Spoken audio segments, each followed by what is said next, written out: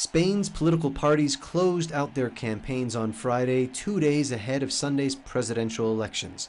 A quarter of voters are still undecided, but opinion polls are pointing to a victory for the ruling Conservative Popular Party, although they will likely fall short of an absolute majority.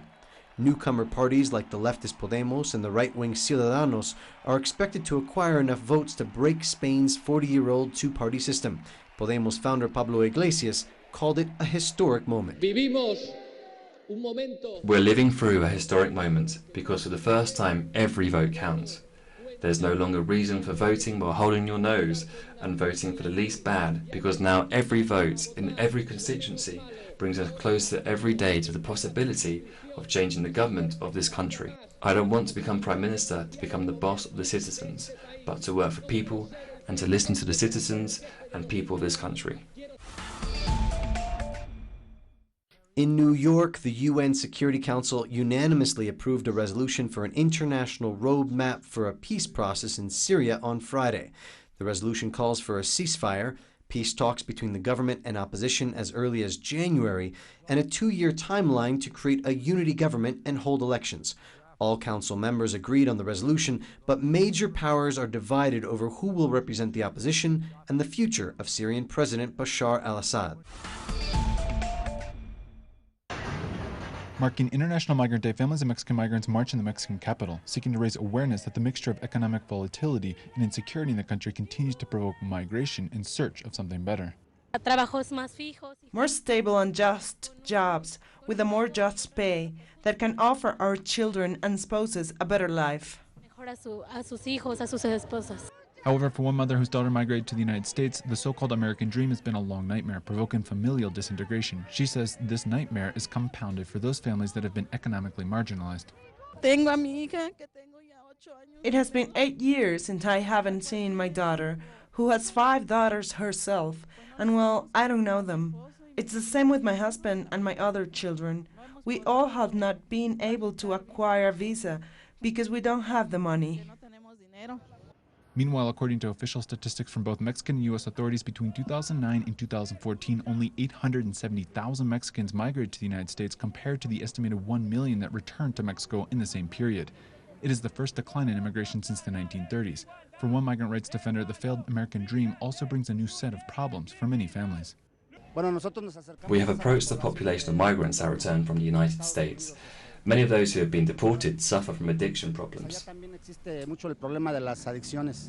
Other rights defenders raise alarm to new figures that show that Mexico is now deporting more migrants, mostly Central American, transiting the country than the United States. They say the so-called Southern Border Plan implemented by Mexican authorities to stop the flow at the Mexican-Guatemalan border is provoking a new period in human rights abuses.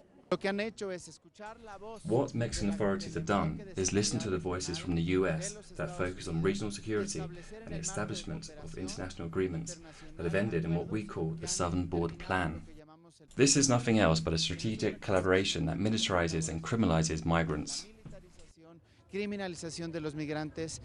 And while Mexico's Attorney General announced on Friday the creation of a special unit to investigate crimes committed against migrants, rights defenders argued that a long-standing culture of impunity will make it difficult for the measure to defend the rights and physical integrity of undocumented migrants. Clayton Can, Telesur, Mexico City.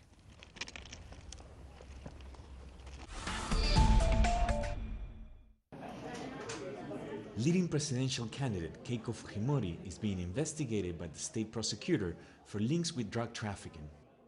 She is the daughter of former head of state Alberto Fujimori, who is serving a prison sentence for crimes against humanity and corruption. Analysts assure Keiko's campaign is receiving drug money. There is economic support from Luis Calle Quiroz. Although I'm not going to mention names, there is also the presence of prominent members of 2 powerful cartels who are party leaders today. Therefore, I don't have much of a problem in affirming that there is a financing from drug money. It is very clear.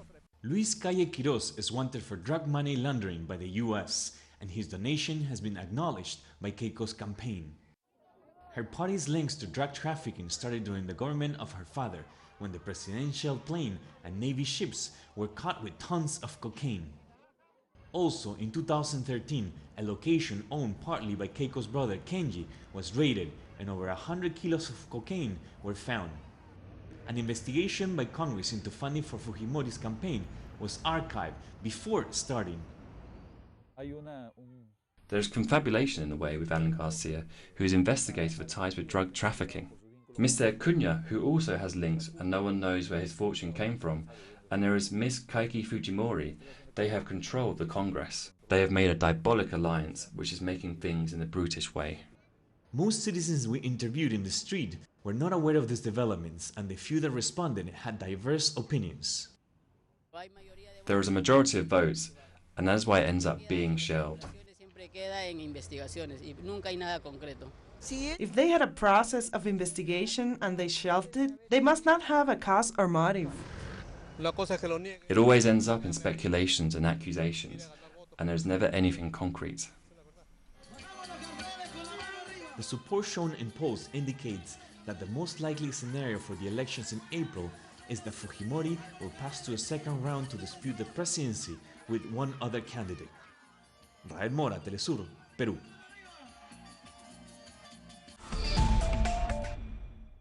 Thousands of South Korean protesters marched through downtown Seoul on Saturday to demand better working conditions and condemn plans for labor reform.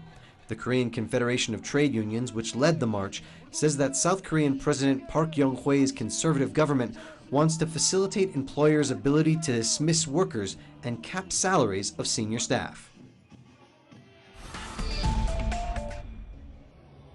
And finally, in Palestine, funerals were held on Saturday for 2 demonstrators killed by Israeli soldiers during violent protests in the West Bank and Gaza that wounded dozens from Israeli gunfire. The deaths come on the heels of a wave of violence that has killed 19 Israelis and over 100 Palestinians since October. Facts that have marked the course of history. Productions designed in the English language and made for the English-speaking world. This is Documentary. Watch it on telesur.net/English. Telesur, wherever the news, you'll be there.